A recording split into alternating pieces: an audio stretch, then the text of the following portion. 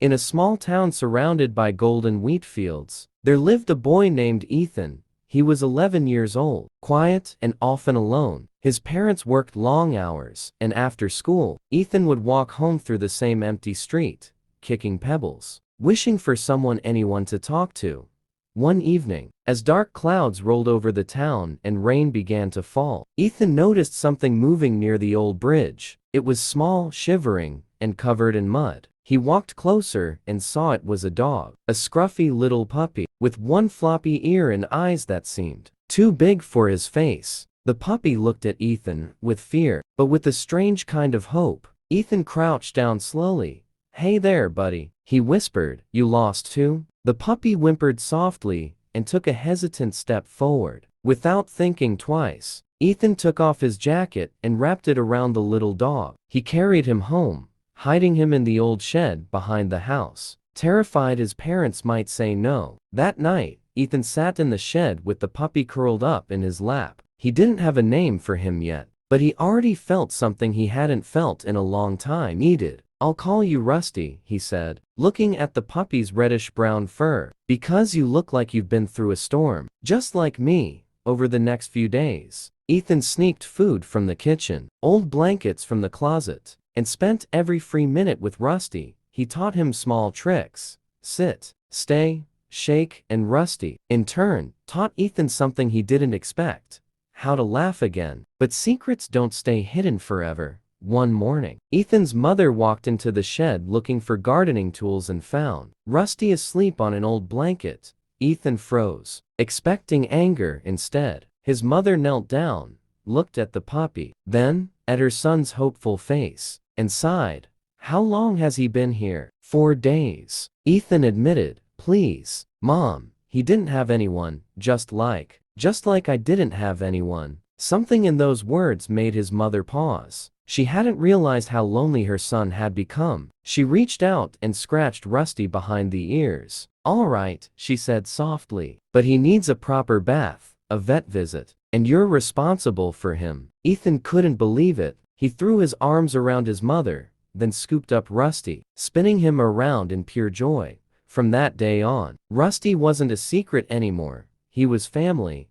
Weeks turned into months. Ethan and Rusty became inseparable. Every morning, Rusty would wake him up by licking his face. Every afternoon, they'd run through the wheat fields together, Rusty chasing butterflies, while Ethan laughed louder than he had in years. At night, Rusty slept at the foot of his bed, a warm, breathing reminder that Ethan was never truly alone. Ethan's classmates noticed the change in him too. He smiled more, he talked more, kids started asking about the dog, and soon, Ethan wasn't the quiet boy in the corner anymore. He was the boy with the amazing puppy who could do a dozen tricks. One day, tragedy almost struck. Ethan and Rusty were playing near the same old bridge where they first met, when Rusty spotted a squirrel and dashed toward the riverbank. The ground was slippery from recent rain, and before Ethan could call him back, Rusty lost his footing and slid down toward the rushing water. Ethan's heart dropped. Without thinking, he scrambled down the muddy slope, ignoring the danger, and grabbed Rusty just as the current tried to pull him under. He held on with everything he had, pulling the puppy back onto solid ground, both of them soaked and trembling. "Don't you dare do that again," Ethan said, half laughing, half crying, hugging Rusty tightly. "You're the only best friend I've got." Rusty, as if understanding every word, nuzzled into Ethan's neck and let out a small, happy bark. That night, Ethan's parents heard the whole story. His father, who had been skeptical about the dog from the start, looked at Ethan differently. "You risked yourself for him," he said. "That's real loyalty, son. Both ways." From that moment on, Rusty wasn't just Ethan's dog. He became the whole family's heart. He'd greet Ethan's father at the door after work, rest his head on his mother's lap while she read, and always wait by the window for Ethan to come home from school. Years passed. Ethan grew taller, his voice changed, and school became busier. But no matter how much changed, one thing never did: Rusty was always there. Through heartbreaks, through exam stress, through the ordinary chaos of growing up, Rusty was the silent, steady presence who never asked for anything except love. On Ethan's 16th birthday, his father brought out an old photograph. a picture of a scrawny, muddy puppy wrapped in a school jacket. "Remember this?" he asked. Ethan smiled, looking over at Rusty, now older, his muzzle slightly gray, resting lazily by the fireplace. "Best decision I ever made," Ethan said. "He didn't just need me that night, I needed him more." Rusty lifted his head at the sound of Ethan's voice, thumped his tail against the floor,